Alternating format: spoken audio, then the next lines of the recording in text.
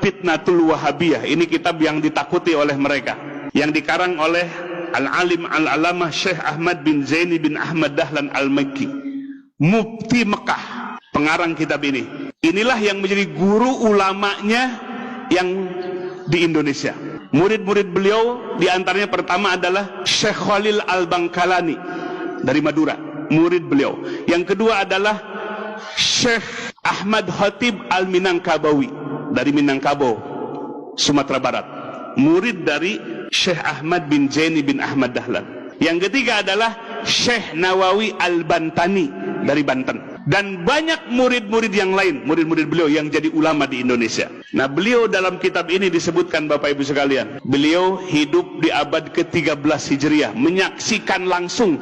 Beliau mufti Mekah bermadhab Syafi'i. Beliau menjelaskan dalam kitab ini dari sisi tarikh dan sejarahnya beserta ajaran dari Wahabinya. Dari sisi kesejarahannya, Bapak Ibu sekalian, bahwa Muhammad bin Abdul Wahab ini sudah diprediksi oleh ayahnya sebagai mufti, oleh saudaranya dan kibarul ulama pembesar, bahwa orang ini akan menyebarkan kesesatan yang besar. Sehingga terbukti Muhammad bin Abdul Wahab ini mengkafirkan orang-orang muslim. Wa tusila bizalika ila takfiril mukminin. Jadi mengkafirkan orang-orang yang beriman. Maka selain daripada yang mengikuti mazhabnya adalah musyrikin. Itu pandangannya. Sehingga Bapak Ibu sekalian, pertama, faza'ama ana ziyarata qabrin Nabi SAW. Sesungguhnya dia menyangka berziarah ke kuburan Nabi, wa tawassuli bihi, bertawassul dengannya, wabil anbiya, dan kepada para nabi, wal aulia, dan kepada wali, wasolihin, dan orang-orang soleh, wa ziyarati quburihim, dan menziarahi kubur mereka, syirkun syirik. Jadi kita ziarah ke Wali Songo syirik, bertawassul syirik, yang suka tawasulan. Wa anna nidaan Nabi sallallahu alaihi wasallam inda tawassul, menyebut nabi, ya, nida kepada nabi, memanggil nabi dalam tawasul, syirkun syirik. Dulu Muhammad bin Abdul Wahab ini bekerja sama dengan seorang amir di mana? Di daerah Diryah. Ya, Diryah itu di sekarang Saudi Arabia, di Najd, ya. Bekerja sama dengan seorang amir Ad-Diryah, namanya adalah Muhammad bin Saud, sehingga negaranya sekarang disebut Saudi Arabia. Nah, inilah kolaborasi antara Muhammad bin Abdul Wahab dengan Muhammad bin Saud. Yang satu ambisi kekuasaan, yang satu ambisi dengan pemahamannya, ingin menyebarkan pemahamannya.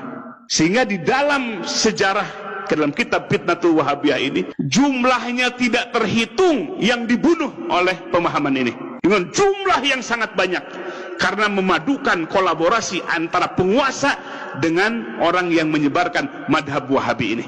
Jumlahnya tidak bisa dihitung. Di Taif, di Jeddah, di Mekah, banyak manusia yang meninggal. Bahkan terakhir, Bapak Ibu sekalian, ketika merebut Hijaz Mekah dan Madinah, mereka menggunakan senjata Inggris untuk membunuh kaum muslimin. Dalam kitab ini, dan banyak kitab-kitab yang lainnya. Maka disebutkan dalam kitab ini, musibah terbesar yang menimpa umat Islam sepanjang sejarah umat Islam adalah fitnahnya Wahabi ini. Maka sekarang, Bapak Ibu sekalian, mereka ganti kulit, nggak mau disebut Wahabi, maunya disebut Salafi. Padahal paham yang mereka pelajari dan kitab-kitab inilah yang mereka pelajari semua. Jadi Bapak Ibu sekalian, ini sungguh memprihatinkan. Kenapa? Karena mereka menggunakan pemahaman seperti ini. Pemahaman yang merusak, yang membelah-belah kekuatan umat Islam, yang memecah belah kaum muslimin. Kaum muslimin disebut orang musyrik, bahkan lebih syirik dibandingkan dengan Abu Jahal dan Abu Lahab. Sungguh kejam, Bapak Ibu sekalian, paham ini. Bagaimana kalau anak-anak kita mesantren di tempat itu melahirkan orang-orang yang kasar, yang radikal seperti itu?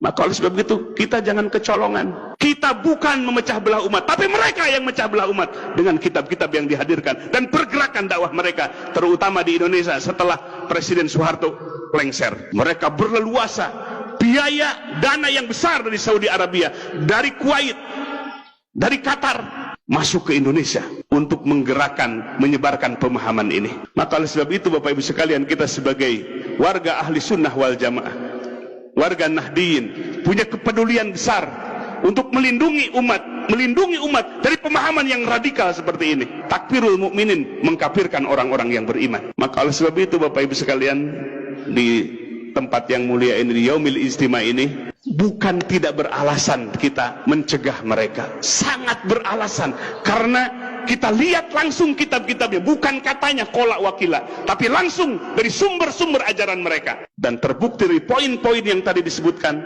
ini semua adalah pemahaman yang sudut, yang keluar dari sawadul a'zam, yang keluar dari manhaj Ahlussunnah wal Jamaah. Kita dicabik-cabik persaudaraan kita. Maka oleh sebab itu, kita bukan karena kebencian. Ingat Bapak Ibu sekalian, bukan kebencian kepada mereka, tapi pemahaman mereka lah yang syad, yang keluar dari sawadul a'zam, dari mayoritas umat ini. Dan mereka yang memusyrikan kita lah, bahkan lebih musyrik daripada Abu Jahal dan Abu Lahab. Maka oleh sebab itu, mari kita lindungi masyarakat kita, wilayah kita, dari ajaran-ajaran seperti itu. Ya, kita tidak akan bisa melihat sepintas, tapi yang harus kita lihat adalah kitabnya, rujukannya, marojeknya, sehingga kita akan melihat gambarannya seperti apa. Maka hampir di mana-mana Bapak Ibu sekalian, kegaduhan di masjid-masjid karena ajaran seperti ini yang diajarkan. Begitu Bapak Ibu sekalian situasi kondisi kita. Mari kita jaga masyarakat kita, warga kita dari pemahaman-pemahaman radikal, pemahaman-pemahaman yang menuding orang lain kafir, yang menuding sesama saudaranya sebagai orang musyrik. Hadirin wal hadirat rahimakumullah, itulah yang bisa disampaikan pada kegiatan Yaumul Ijtima ini. Bukan kebencian, kita tidak menuding mereka kafir. Tidak boleh menuding ahli kiblat dengan musyrik atau kafir. Pantangan dalam Ahlussunnah wal Jamaah. Bahkan yusolli khalfal fajir. Ahlussunnah wal Jamaah itu sholat walaupun di belakang imam orang yang fajir. Menunjukkan al-jamaah, kebersamaan yang harus kita kedepankan, bukan memecah belah. Itulah sifat dari Ahlussunnah wal Jamaah. Tapi sifat-sifat yang ada dalam pemahaman kitab Wahabi ini adalah sifat-sifat memponis. Ayat yang diturunkan kepada orang kafir dan musyrikin malah dipakai kepada sesama, kepada orang yang beriman. Ini adalah karena tidak menggunakan kaidah tafsir, merujuk Quran dan Sunnah tanpa menggunakan kaidah-kaidah yang benar yang ditetapkan oleh para ulama. Mudah-mudahan Bapak Ibu sekalian, Allah jaga lingkungan kita, Allah jaga masyarakat kita dari pemahaman yang menghancurkan ukhuwah persaudaraan kita.